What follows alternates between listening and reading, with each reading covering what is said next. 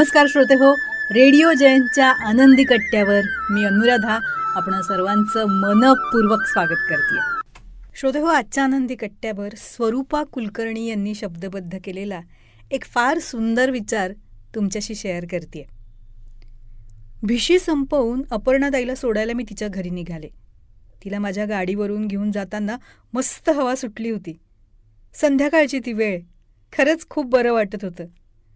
ती बोलता बोलता सहजच म्हणाली, या गुलमोहरावरती लिही ना ग स्वरूपा. भर उन्हाळ्यातही किती बहरलेला असतो तो, आणि तू छान लिहितेस म्हणून म्हणतेय.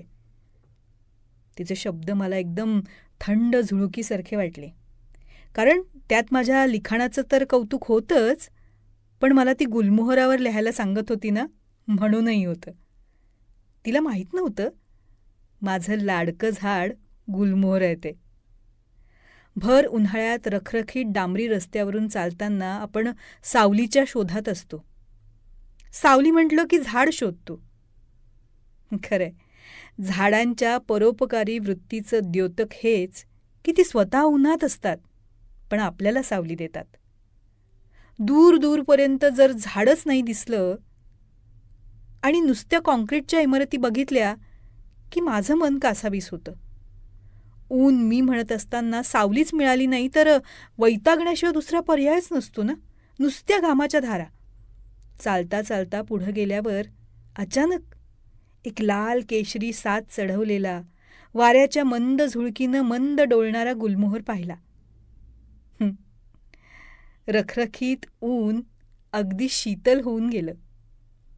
गुलमोहराचा बहर पाहून हा सगळ्यात किती आगळा वेगळा आहे असंच मन म्हणतं.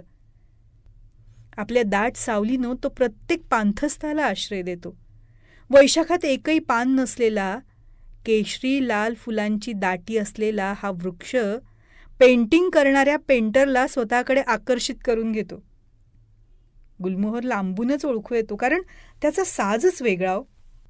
भर उन्हातही सुखद रंग श्रीमंती मिरवणारा हा गुलमोहर मनाला सुखद गारवा आणि तितकाच सावलीनं शांत करून जातो.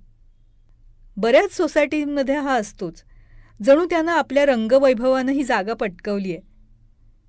पूर्वीपासूनच श्रीमंत कॉलन्यांची श्रीमंती वाढवणारा हा वृक्ष रस्त्यातल्या वळणावर सापडला की नकळतच उन्हाळ्यातही सुखद अनुभव देऊन जातो. गुलमोहराचं रुपडं त्याच्या पानांनी आणि त्याहीपेक्षा त्याच्या फुलांनी जास्त खुलवलंय.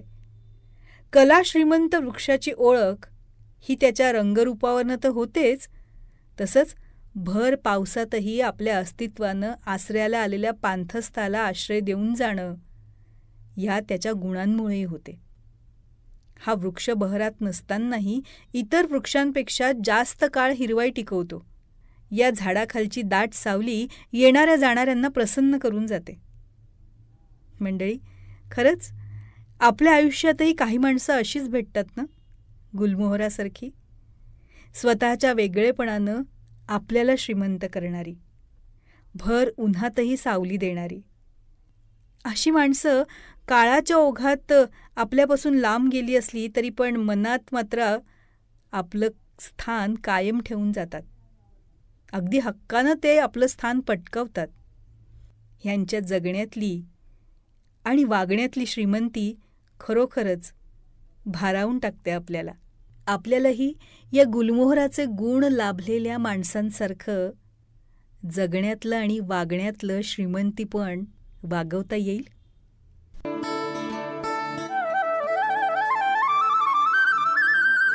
तेव्हा श्रोते हो, हा होता आनंदी कट्ट्यावरचा आजचा सुंदर विचार. तुम्हाला तो कसा वाटला याविषयीची तुमची कमेंट बॉक्समध्ये नक्की लिहा.